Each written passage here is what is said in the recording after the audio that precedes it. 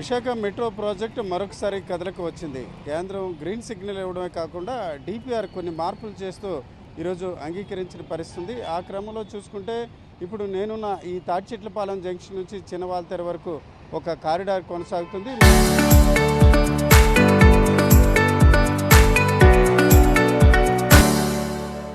మరొకటి చూసుకుంటే Vizag steel plant నుంచి కొమ్మాది వరకు, అలాగే గురుద్వారా నుంచి కూడా మరొక కారిడార్ కొనసాగుతుంది. అది ఓల్డ్ పోస్ట్ ఆఫీస్ వైపు వెళ్తుంది.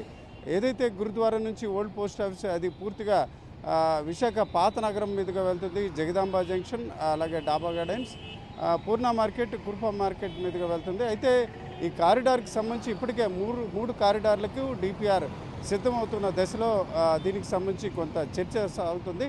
నిజానికి చూసుకుంటే వైజాగ్ స్టీల్ ప్లాంట్ నుంచి కొమ్మాది వరకు ఒక కారిడార్ ఏర్పాటు చేశారు. అయితే ఇప్పటికే భోగాపురం ఎయిర్పోర్ట్కి సంబంధించి అన్ని పనులు దాదాపుగా పూర్తిగా అవుతున్న దశలో కొమ్మాది నుంచి భోగాపురం వరకు రెండో దశలో పూర్తి చేసిన అంశాన్ని కూడా ఈ మొదటి కారిడార్లో పూర్తి చేయాలన్న ప్రతిపాదన కూడా ఉంది. మొత్తానికి చూసుకుంటే మెట్రో ప్రాజెక్టు ప్రారంభ దశ కొద్ది రోజుల్లోనే అయ్యే అవకాశం ఉంది. డిపిఆర్ సిద్ధం అవడమే కాకుండా దీన్ని సెంట్రల్ గవర్నమెంట్ అలాగే స్టేట్ గవర్నమెంట్కి సంబంధించి నిధులు ఒక నిష్పత్తితో అందించాలన్న ప్రతిపాదన కూడా జరిగింది.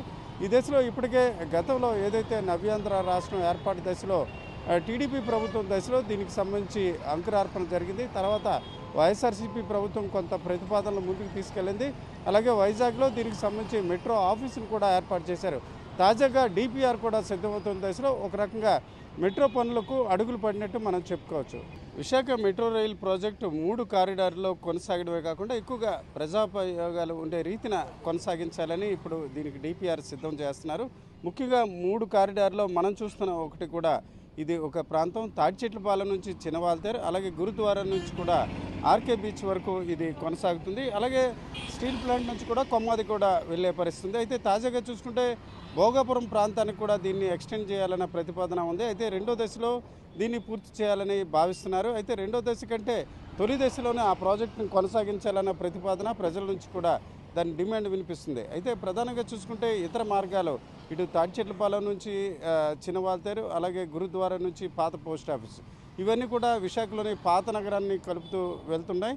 అయితే ప్రధానంగా చూసుకుంటే ఇప్పుడు విశాఖ నగరం ఇటు అనకాపల్లి వైపు విస్తరించింది. మరోవైపు చూసుకుంటే మధురవాడ నుంచి భోగాపురం వైపు విస్తరించిన దశలో ఏదైతే తొలి కారిడార్గా చెప్పుకునే స్టీల్ ప్లాంట్ నుంచి కొమ్మాది వరకు ఉన్న ఈ రోడ్ని ఏదైతే మెట్రో ప్రాజెక్ట్ని భోగాపురం వైపు ఒకవైపు ఎక్స్టెండ్ చేయాలి, మరోవైపు స్టీల్ ప్లాంట్ది అనకాపల్లి వైపు ఎక్స్టెండ్ చేయాలనే ప్రతిపాదన ఉంది.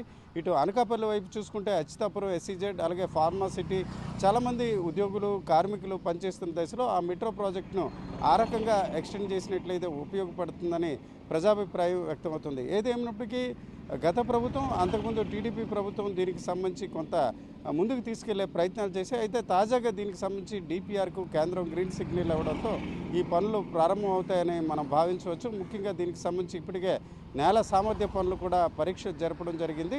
అయితే భూసేకరణ పెద్ద అవసరం లేకుండా సింగిల్ పిల్లర్ మీదే దీన్ని నిర్మించాలని కూడా ప్రతిపాదన జరుగుతుంది. మొత్తానికి చూసుకుంటే ఇటు భోగాపురం ఎయిర్పోర్ట్ పనులు త్వరిత దశన పూర్తి కావస్తున్నాయి. జూన్, జూలై నుంచి అక్కడ విమానాలు కూడా దిగే అవకాశం ఉన్న దశలో ఈ మెట్రో ప్రాజెక్టు మొదలైతే ఒక 2 ఏళ్లలో ఈ మెట్రో రైలు అందుబాటులోకి వస్తే విశాఖ నగరంతో పాటు ఉత్తరాంధ్రలో ట్రాఫిక్ కష్టాలు తీరే అవకాశాలు ఉన్నాయి. కెమెరా పర్సన్ తిరుపతితో రామచంద్రరావు, RTV, విశాఖపట్నం. చరిత్ర సృష్టించినోడు ఇప్పుడు ఆ చరిత్రని తిరగరాయబోతున్నాడు.